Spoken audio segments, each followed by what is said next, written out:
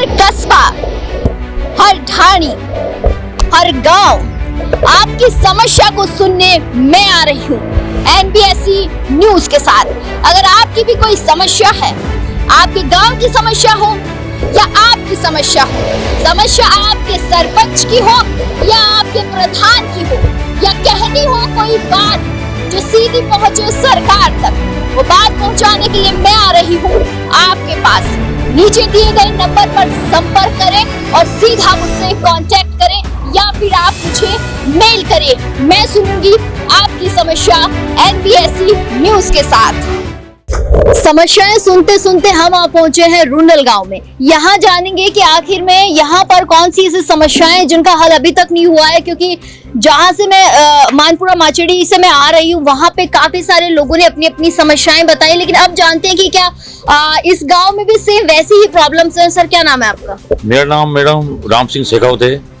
मैं आर्मी से रिटायरमेंट हूँ और से 26 साल मैंने भारतीय थल सेना में नौकरी करी है। और गांव का देख रहे हैं माहौल, समस्या तो कई प्रकार की है मैडम, लेकिन अभी क्या है कि कुछ दिन पहले 5-6 महीने पहले जल शक्ति मंत्री अपने गजेंद्र सिंह शेखावत थे, बीजेपी के, राजस्थान के थे वो। उन्होंने ये योजना बनाई कि घर घर में नल होगा। मोदी जी की स्कीम ये है कि घर घर में नल होगा, लेकिन यहाँ रुंडल में एक इतना भ्रष्टाचार हुआ जो आज लोग वहाँ कैद के अंदर पड़े हैं मतलब। और नल भी पता नहीं उन्होंने क्या भ्रष्टाचार किया, और पानी की एक बूंद तक नहीं आ रही है रुंडल के अंदर। बाढ़ में जो भी हमारे जो रहते हैं भाई लोग हमारे गांव के, उनकी एक बूंद पानी की नहीं आ रही। इतनी पानी की तरस हो रही है कि पूछो मत। लोग वहाँ आए दिन बोरिंग बना रहे हैं, लेकिन बोरिंग में एक बूंद पानी नहीं हो रही है। न किसी का ध्यान है, प्रशासन का ध्यान है, किसी का ध्यान नहीं। खाली चुनाव होते हैं उस टाइम हाव होकर चल जाते हैं, कोई मतलब नहीं है। आज इस गाँव में 3 टंकियां पानी की बनी हुई है, वो इस कंगार पे आ रखी है कि टूटने के कंगार पे। अगर वो गर्मी के टाइम में नहीं भरी जाएगी तो वो टंकियां 100% टूटेगी मैडम। और लेकिन किसी का ध्यान नहीं है। बोलते हैं बोला हाँ भरवाएंगे, कोई नहीं भरवाता है।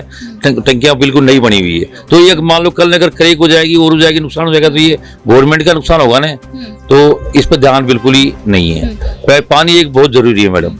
एक बात बताइए शेखावत साहब, यहाँ अगर आदमी को नहाना हो, पीना हो पानी, या फिर थोड़ी खेती की भी बात कर लूं, देखिए गांव का माहौल है तो खेती भी होती होगी, उस दौरान पानी कहाँ से लाया जाता है? नहीं, खेती तो बरसात में जो होती है उसने हम अपना ये बाजरा उजरा वगैरह लगा लेते हैं मैडम।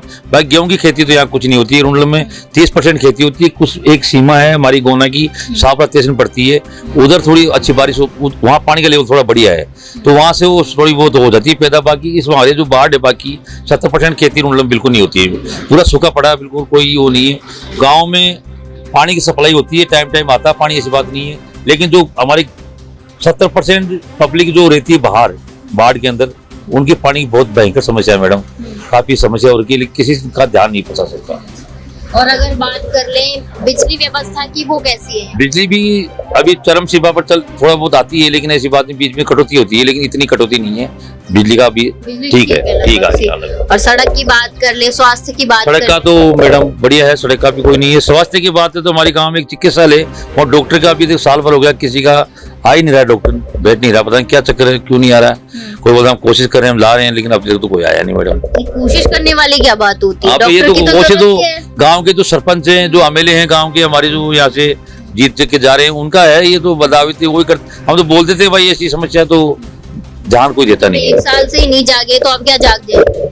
अब जागेंगे तो मैडम अब बोल रहे हैं तो दुनिया मर भी ली होगी, जी भी जाएगी। ऐसी बात तो नहीं है। हमारे बीमार भी होते हैं, आपको पता है मौसमी बीमारियां कितनी चलती है। जब आप इसी दौरान नहीं जाग रहे, फिर कब जाएंगे? नहीं चल रही है, लेकिन ऐसा दिक्कत नहीं है, ऐसी अभी तक समस्या आई नहीं है। कि हमारे नजदीक में भी स्वास्थ्य वगैरह काफी सुविधा है, ऐसी बात नहीं है। पास में पड़ता गाँव, ऐसी वैसी कोई ऐसी बात नहीं है। ऐसा नहीं लगता कि हमारे गांव में भी होनी चाहिए? पास के गांव में तो चलो जब नहीं है तो आदमी जाएगा ही, कोई ऑप्शन ही नहीं है उसके। गांव में तो एक डॉक्टर का है, बाकी यहाँ एक्सरे के कुछ है नहीं है, लैब भी नहीं है, कुछ भी नहीं है। क्या है यहाँ, क्या करेगा सुविधा, कुछ क्या है इधर? यहाँ तो खाली एक फर्स्ट एड का है, जो प्रसाधन वो अपना ट्रीटमेंट लो, कभी ट्रीटमेंट कुछ हो जाए, लग जाए, फर्स्ट एड है, बाकी कुछ नहीं है इधर। और अगर कोई बड़ी बीमारी हो जाए तो कहाँ जाए फिर? वहाँ तो जयपुर जाना पड़ता है मैडम, जयपुर या फिर चौमू जाओ।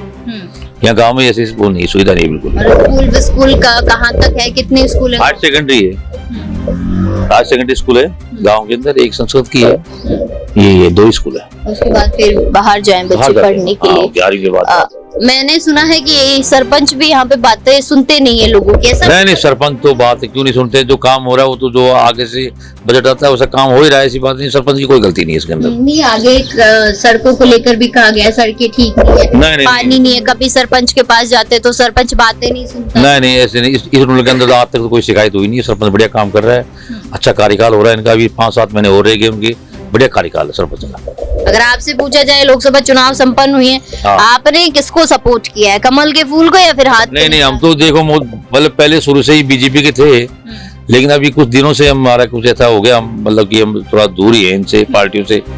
अब जो कैंडिडेट को देखते हैं मैडम, जो कैंडिडेट बढ़िया होता है उसी को वोट देते हैं, ऐसा नहीं कि इसको दे दो, या बीजेपी का वो कोई मतलब नहीं है इधर, न कांग्रेस का, जो अच्छा जो विकास होता है हमारे आमेर तहसील के लिए उसी को हम वोट देते हैं।